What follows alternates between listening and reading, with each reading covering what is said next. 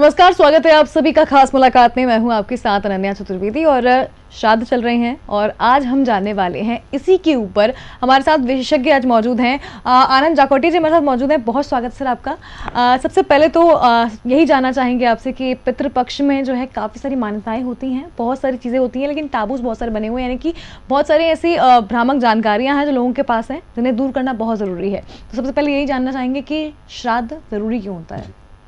बिल्कुल, श्राद्ध ये जो शब्द है तो श्रद्धा से जो किया जाता है उसको श्राद्ध कहा गया है। तो सनातन धर्म ने कुल मिलाकर 4 ऋण बताए हैं। जो भी व्यक्ति जन्म लेता है उस पर वो कर्जे है एक तरह से। उसमें देव ऋण है, ऋषि ऋण है, पितर ऋण है और समाज ऋण है। आज हम देखते हैं कि जगह जगह पर ग्रैटिट्यूड करो, ग्रैटिट्यूड का फीलिंग बढ़ाओ। ये आज जब टेंशन बढ़ रहा है समाज में तब लोगों को ग्रैटिट्यूड का याद आ रहा है। लेकिन सनातन धर्म तो पहले से ये कह रहा है कि भाई जिस सृष्टि ने आपको सारा दिया, ऋषियों ने जो आपको जीवन की पद्धति दी, पितरों ने मतलब आपके पूर्वजों से आपको संस्कार मिले हैं, पूर्वजों से आपको संपत्ति मिली है, उनके जो अंदर गुण थे, क्वालिटीज़ थी, वो क्वालिटीज़ आपको मिली है। तो हमें उनके प्रति ग्रैटिट्यूड का जो हमारा भाव है वो व्यक्त करना बहुत ज़रूरी है। इसके लिए पितृपक्ष में श्रद्धा से जो किया जाता है उसे श्राद्ध कहा गया है। तो आवश्यक है कि इन 15 दिनों में हम श्राद्ध करें। जिस तिथि पर हमारे घर के किसी पूर्वज का निकटतम जो पूर्वज थे जिनका देहांत जिस तिथि पर हुआ है उस तिथि पर हम करें। अगर हमें नहीं पता है तो सर्वपितृ अमावस्या जो आएगी उस समय पर हम ये श्राद्ध कर सकते हैं। जी आनंद जी, ये तो हो गया श्राद्ध, लेकिन आजकल के इतने मॉडर्न ज़माने में जहाँ पर आजकल की युवाओं को, इवन नई जनरेशन को तो पता ही नहीं है कि श्राद्ध होता क्या है। जब कोई बताने वाला नहीं बचता तो उस दौरान अगर कोई नया है जिससे पहली बार ही श्राद्ध करने का मौका मिला है तो उसे किन चीज़ों को ध्यान रखना चाहिए और जिसको कुछ नहीं आता उसे क्या करना चाहिए? बिल्कुल, बहुत अच्छा आपने सवाल किया। अब वास्तविकता में क्या है कि अगर मोबाइल ख़राब हो जाए तो हम मोबाइल के शॉप में जाते हैं क्योंकि हमें मोबाइल का इंजीनियरिंग पता नहीं है। उसी प्रकार से धर्म के बारे में जो भी बताया, जैसे ये श्राद्ध की विधि है, हमें नहीं पता है, इसीलिए यहाँ पर पुरोहितों की व्यवस्था है कि हम पुरोहितों को बुलाएं और उनसे श्राद्ध करवा कर ले। लेकिन मैं नई पीढ़ी को इसमें ये बताना चाहूँगा कि इसमें जो हमारी जिज्ञासा है वो बढ़नी चाहिए। हम पुरोहितों से ये भी पूछे कि आप संस्कृत के मंत्र तो बोल रहे हैं, लेकिन उन मंत्रों का अर्थ भी हमें समझाइए, जिससे आप क्या विधि कर रहे हैं उसका हमें आकलन होगा। इस दृष्टि से हमारी जो सनातन संस्था है उसकी ओर से हमने ग्रंथों का लेखन किया है, वेबसाइट पर हमने ये जानकारी डाली है, और साथ ही धर्म शिक्षा नाम का यूट्यूब चैनल है। तो इस यूट्यूब चैनल पर भी हमने श्राद्धों के समय में जो विभिन्न मंत्र किए जाते हैं, विभिन्न विधियां की जाती है, उसके पीछे क्या भाव है, क्यों वो किए जा रहे हैं, तो ये सारा शूट करके हमने उस पर डाल के रखा है। तो लोग, मुझे लगता है, निश्चित उसका लाभ ले सकते हैं। बिल्कुल। आनंद जी, अब यहाँ अगर बात करें कि पुरोहितों के पास जाना, और साथ ही आजकल होता क्या है कि अब मोबाइल सबका पुरोहित बन जाता है। इंटरनेट जब से आया है तब से हर कोई जो है उसको ही अपना गुरु मान लेता है, और जो उस पर दिखाता है, कोई सही है कोई गलत है, कुछ भी बता रहे हैं सब मान लेते हैं। ऐसे में जो लोग ये ऑनलाइन शिक्षा लेकर काम कर रहे हैं, श्राद्ध करके विधि कर रहे हैं, क्या ये सही है या फिर कोई एक्सपर्ट चाहिए पड़ता है इसके लिए?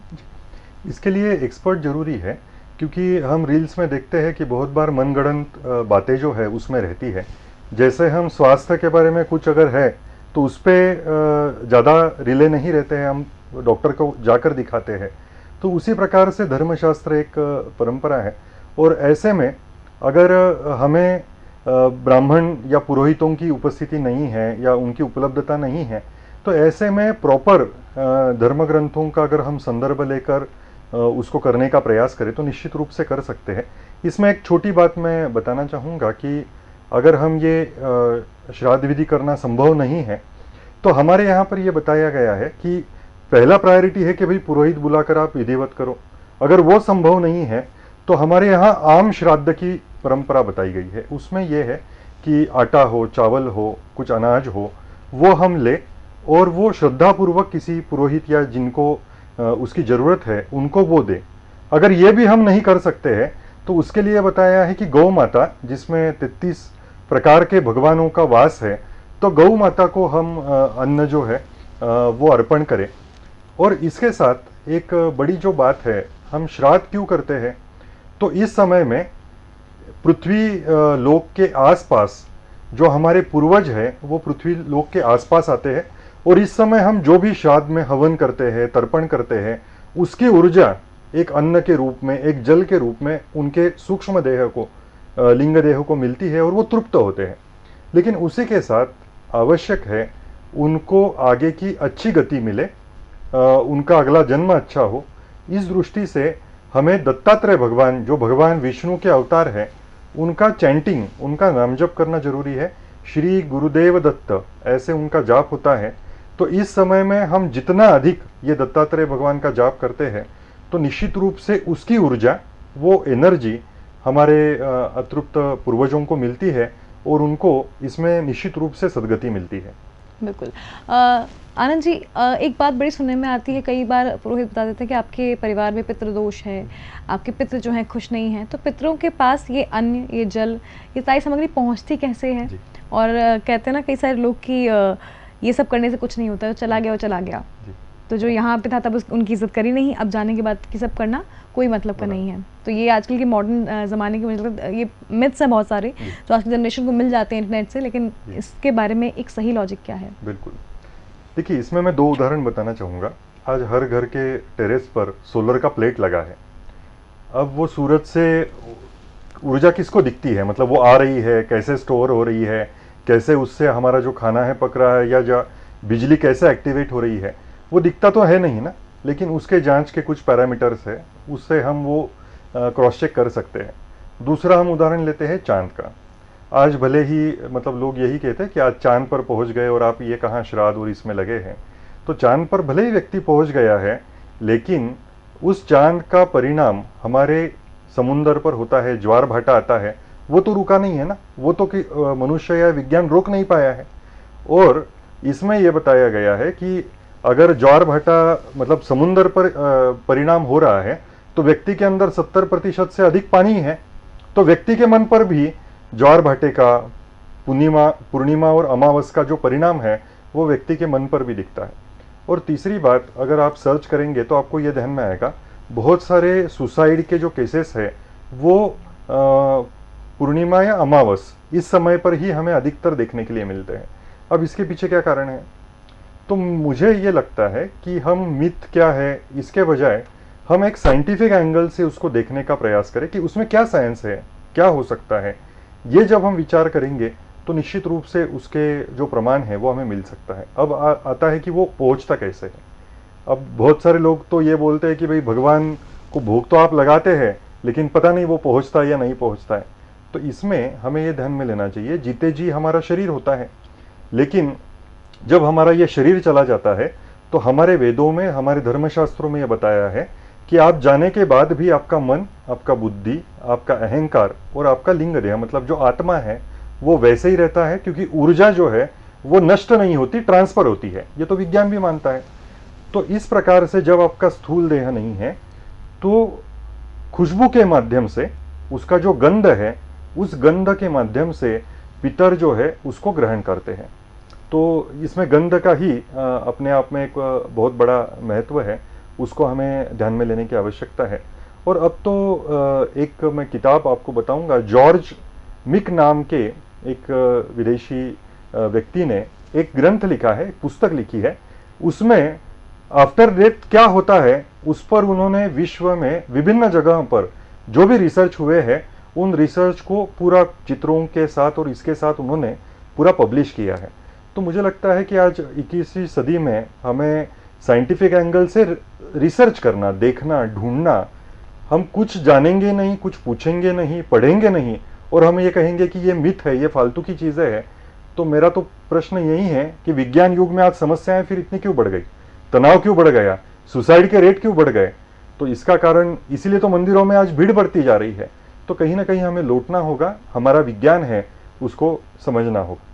बिल्कुल।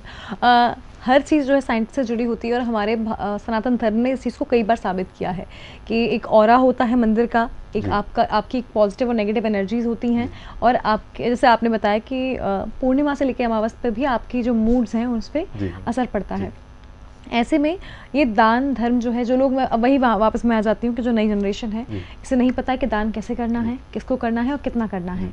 तो जिन्होंने पूरे श्राद्ध में 15 दिन कुछ नहीं किया, उनके लिए कौन सा वो दिन है जिस दिन वो कोई विधि कर सकते हैं अपने पितरों को तृप्ति देने के लिए?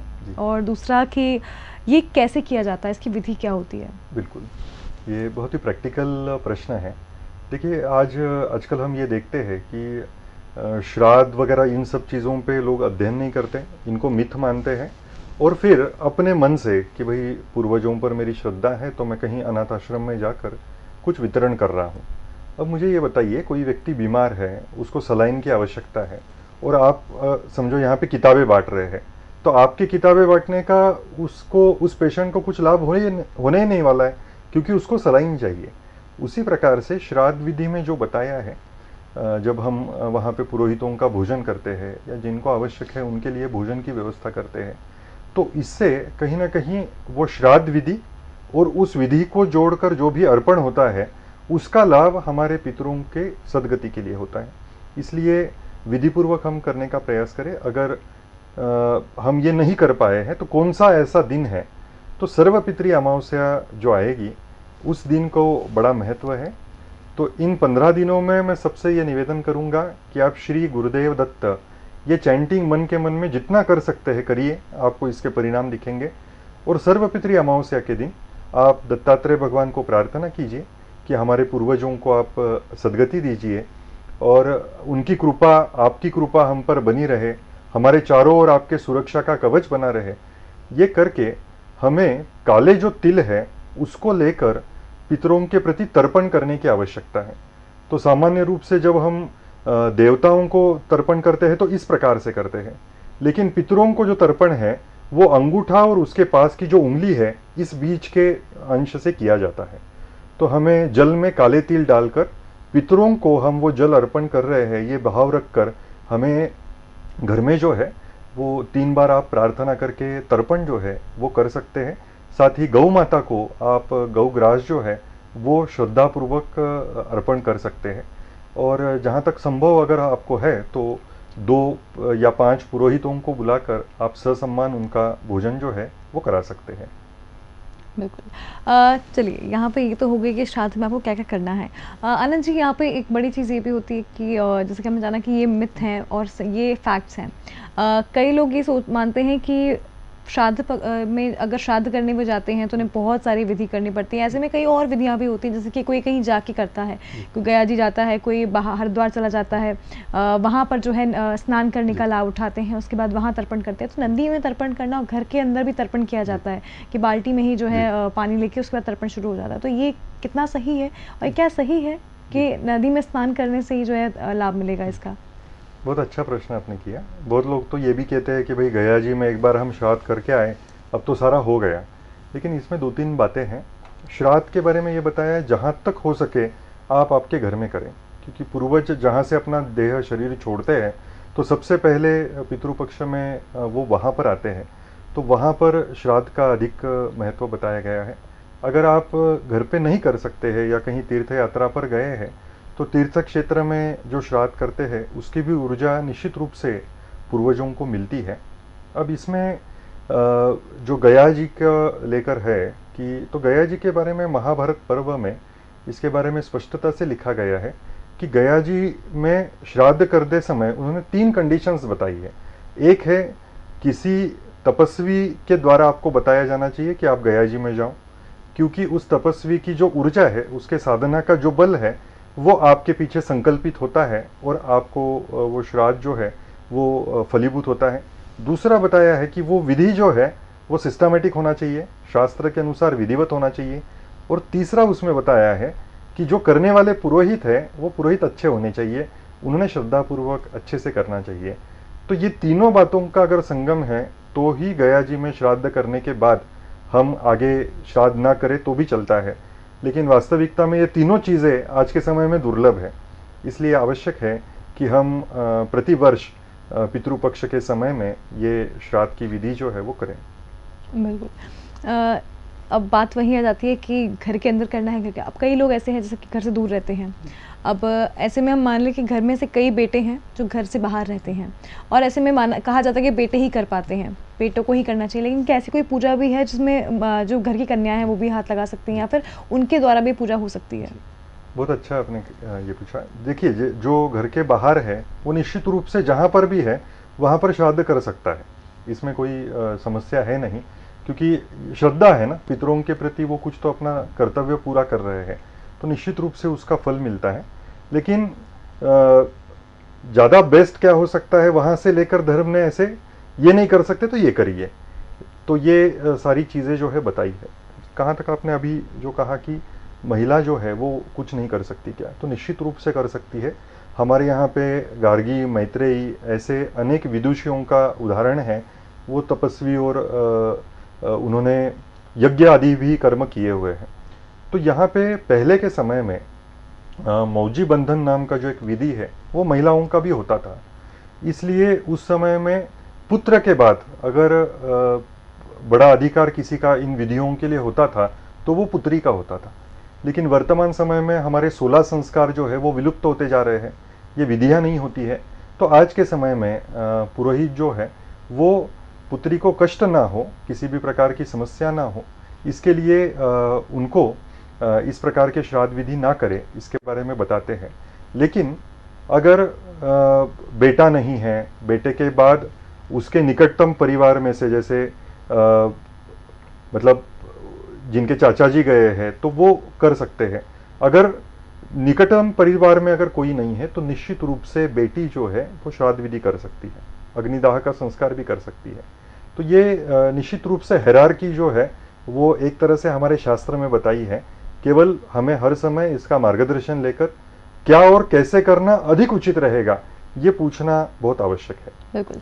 आनंद जी, आप खुद उज्जैन से हैं, मैं आपसे ये चीज़ जानना चाहूँगी कि उज्जैन बहुत लोग जाते हैं और खासकर पितृपक्ष के दौरान तो बहुत सारे लोग उज्जैन जाते हैं। मंगलनाथ करके मंदिर भी है जहाँ पे कई सारी पूजाएं होती हैं पितरों की शांति के लिए, जो साल भर ही चलती हैं।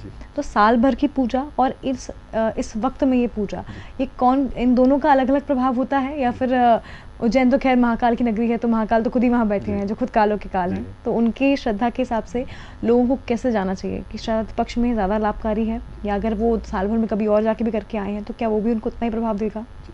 मूल रूप से इसमें क्या है कि जैसे आपने पहले भी बताया कि पितृदोष जो है वो अनेक बार दिखता है पत्रिकाओं में।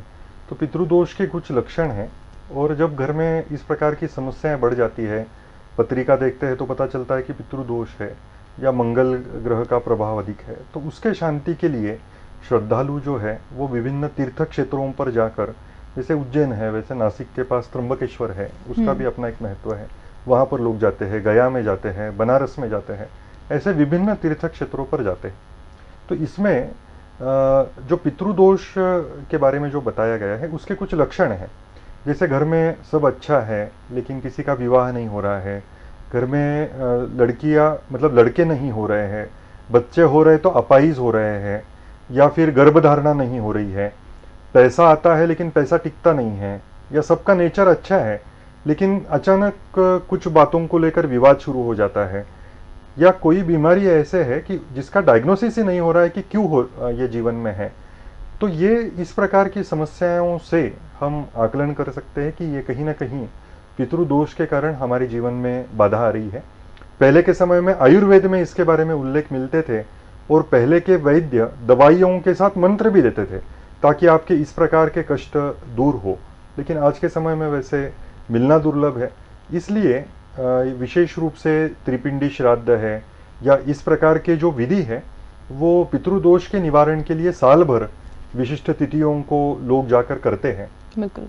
और ये पितृपक्ष जो है तो साल का ये एक ऐसा अवसर है कि हमारे जो भी अतृप्त पूर्वज है वो पृथ्वी के कक्षा के निकट आते हैं। तो इस समय हम उनके लिए जो भी करते हैं तो वो उनको साल भर तक उनका पोषण होता है।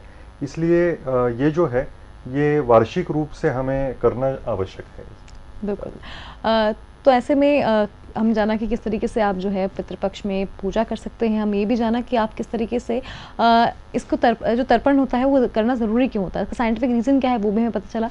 आनंद जी, अब ऐसे में फिर वही सवाल मेरा मुझे लगता है वहीं वापस लौट के आ जाते हैं कि हमारे आजकल की मॉडर्न जनरेशन बहुत सारे क्वेश्चंस करती है, क्यूरियोसिटी बहुत ज़्यादा है इन लोगों के अंदर, और ऐसे में होनी भी चाहिए।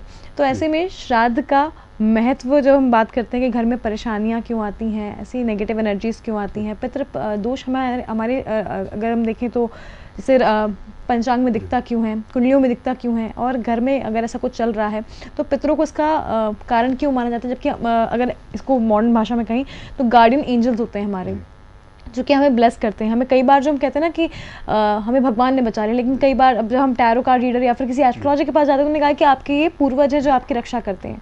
तो ये नेगेटिव प्रभाव और पॉजिटिव प्रभाव पड़ता कैसे है और आखिर क्यों पड़ता है? जी बिल्कुल सही है। देखिए हमारे यहाँ पे पुत्र कहा गया है, तो पू नाम के नरक से जो तारता है पुत्र, इस शब्द से पुत्र शब्द का डेफिनेशन जो है वो है। हमारे यहाँ पे गंगा जी का जो अवतीर्ण हुआ है उसका कारण सगर पुत्रों की जो कपिल मुनि के शाप से वो सारे उन सब की गति रुक गई थी, तो उनके लिए उनकी 3 पीढ़ियों ने तपस्या की और तब जाकर गंगा जी का अवतीर्ण इस पृथ्वी पर हुआ। तो कहीं ना कहीं ये जो सारी विधियां हैं इनका अपने आप में ये जो महत्व है वो यहाँ पर हमें ध्यान में आता है। और जैसे हमारे ही पितर है तो वो हमें कष्ट क्यों देंगे, ये जो प्रश्न है, तो इसमें देखिए क्या है कि हमारे यहाँ ये बताया है कि भाई आप ब्रह्मचर्य आश्रम गृहस्थ, उसके बाद वानप्रस्थ और संन्यास्त, मतलब बड़े बड़े राजा भी जब राजपुत्र राजकाज संभालने के लिए समर्थ हो जाता था तो वो उपासना के लिए, तपस्या के लिए निकल जाते थे। लेकिन आज के कलयुग में क्या है, किसी की आयु 70 हो गई है, 80 हो गई, लेकिन मोह माया से या इस भौतिक जगत से कर्तव्य पूरे होने के बाद भी उनका जो ममत्व है, उनका जो अटैचमेंट है वो डिटैच नहीं हो रहा है। तो जब किसी व्यक्ति के मृत्यु के समय में अगर उसके मन में बहुत सारी वासनाएं हैं, आसक्ति है, क्रोध है या विभिन्न तरह की लालसा है, ऐसा व्यक्ति मृत्यु के बाद उसको गति नहीं मिलती है। हमारे यहाँ इसलिए ये बताया है कि भाई आपका दायित्व पूरा होने के बाद आप ईश्वर स्मरण में लगो, तो आपका आत्मा जितना हल्का हो जाएगा उतना आप ऊपर की ओर, मतलब उच्च लोकों की ओर आपका प्रवास, आपका ट्रैवल शुरू होगा। तो अगर मान लीजिए किसी को सिगारेट पीने की आदत है तो मृत्यु के उपरांत अब देह तो नहीं है, वो व्यसन कैसे करेगा, तो उसकी जो वो वासना है 1000 गुना अधिक बढ़ जाती है, तो वो उसको पीड़ा देती रहती है। तो ऐसे में अगर उसकी इच्छाएं कहीं से पूरी होगी या उस जंजीर से अगर वो मुक्त कहीं से हो सकता है तो अपने वंशजों से हो सकता है। इसलिए जब हम श्राद्ध करते हैं उसकी ऊर्जा से वो मुक्त होते हैं, वो आगे बढ़ते हैं और आगे बढ़ने के बाद निश्चित रूप से वो आशीर्वाद देकर चले जाते हैं कि आपका या मेरे परिवार का जो है वो कल्याण हो। तो वो आशीर्वाद प्राप्त करने के लिए, उनको उस समस्या से छुड़ाने के लिए श्राद्ध बहुत ज़रूरी है। मैं इसमें एक उदाहरण दूंगा। सिल्वेस्टर स्टैलोन जो हॉलीवुड का डायरेक्टर है, उसका बेटा जो है वो असमय पर चला गया। आप गूगल पर इसको सर्च कर सकते हैं। और उसकी आत्मा जो है वो उसको बार बार दिखाई दे रही थी, परेशान हो गया था।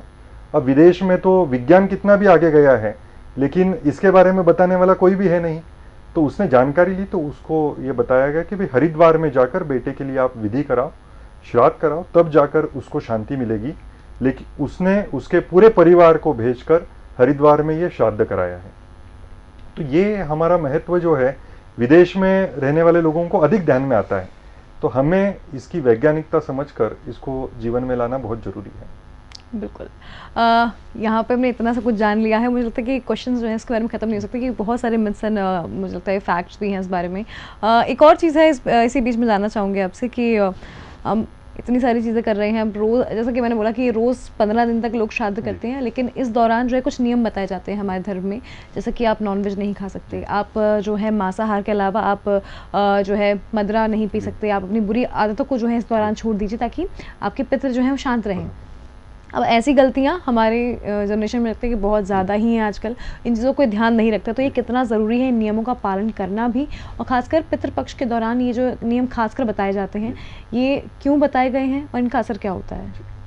बिल्कुल सही है। ये नियम जहाँ तक हमें संभव है इसका पूरा पालन करने का विचार करना चाहिए, क्योंकि हमारे ऋषि मुनियों ने बहुत माइक्रो लेवल पर जाकर विचार किया है कि किसका क्या परिणाम होता है, और अगर हम उसका पालन करते हैं तो निश्चित रूप से हम सुखी रह सकते हैं। हमें किसी भी प्रकार के कष्ट जो है वो नहीं हो सकते। अब इस समय में अगर इस प्रकार से हम व्यसन करेंगे या मदिरापान है या मांसाहार है, तो निश्चित रूप से अनिष्ट शक्तियों का जो कष्ट है वो जीवन में बढ़ सकता है। और एक तरह से हम पितरों के लिए उनको गति मिले, इसके लिए हमें ऊर्जा का संचय करना है और उनको पास ऑन करना है। ऐसे समय में अगर हम ही इस प्रकार की चीज़ों से लिप्त रहे तो हम कैसे ऊर्जा उत्पन्न कर पाएंगे, कैसे उनके लिए कुछ कर पाएंगे। और श्रद्धा है ना, हमें हमारे पुरखों के लिए अगर कुछ करना है ऐसे लगता है तो निश्चित रूप से इस समय में इन नियमों का जितना संभव है वो पालन करना चाहिए। देखिए हमारे यहाँ पे बहुत सारे उदाहरण हैं, जैसे प्रभु रामचंद्र, जब उनको भरत जी के द्वारा पता चलता है कि दशरथ जी का स्वर्गवास हुआ है, तो उन्होंने भी उचित समय पे गया में जाके श्राद्ध किया है। तो अवतार भी, उनको तो आवश्यकता नहीं, साक्षात वो अवतार थे, लेकिन उन्होंने भी अपने आचरण से दिखाया कि इन सारी चीज़ों का महत्व क्या था। और जबकि हमारी संस्था जो है इन सब चीज़ों पर शोध करती है, तो हमें इन शोध में भी बार बार ये ध्यान में आया है कि आजकल बहुत सारे स्किन एलर्जीज और इस प्रकार के रक्त से संबंधित जो बीमारियां बढ़ती जा रही है, कहीं ना कहीं पितृदोष के कारण इस प्रकार की बीमारियां होती है। और अगर श्राद्ध विधि, दत्तात्रेय भगवान का जप हम कर रहे हैं तो उससे मुक्ति के उदाहरण भी हमने हमारे वेबसाइट पर दिए हुए हैं। तो इन बातों को, इनका महत्व है, इसलिए इनको समझ के करना जरूरी है। बिल्कुल। कोई संदेश आप देना चाहें अगर? जी, देखिए कि सनातन धर्म में जो पूरी हमारी जीवन पद्धति है, बहुत माइक्रो लेवल पर विचार करके इसके बारे में हमें ऋषि मुनियों ने बताया है कि आपको जीवन कैसे जीना है, क्या करना है, क्या नहीं करना है, डूज और डोंट्स उन्होंने इतना क्लियरली बताया है। तो भले ही आज हमारी भागदौड़ है, जीवन की व्यस्तताएं बदल गई है, लेकिन ऐसे में उसमें से समझना, उसको समझ कर लेना और जितना कर सकते हैं उसको करने का प्रयास करना। और ये देखिए कि आप कहीं भी मन में ये भ्रम मत करिए कि बहुत कुछ करना पड़ेगा। हर चीज़ को हमारे ऋषियों ने अल्टरनेटिव दिए हैं कि ये नहीं तो ये करिए, ये नहीं तो ये करिए। तो उनको समझने का प्रयास करिए और उनको जीवन में लाने का प्रयास करिए। देखिए सफलता जो है, सफलता में ये जो सारी चीज़ें हैं ये इंक्लूडेड है। इनको लेकर जब हम चलेंगे तो निश्चित रूप से जीवन में कोई भी बाधा नहीं आएगी और हम आगे बढ़ पाएंगे। बिल्कुल। बहुत धन्यवाद आनंद जी, आज आपका हमारे साथ जुड़ने के लिए और पितृपक्ष के बारे में इतनी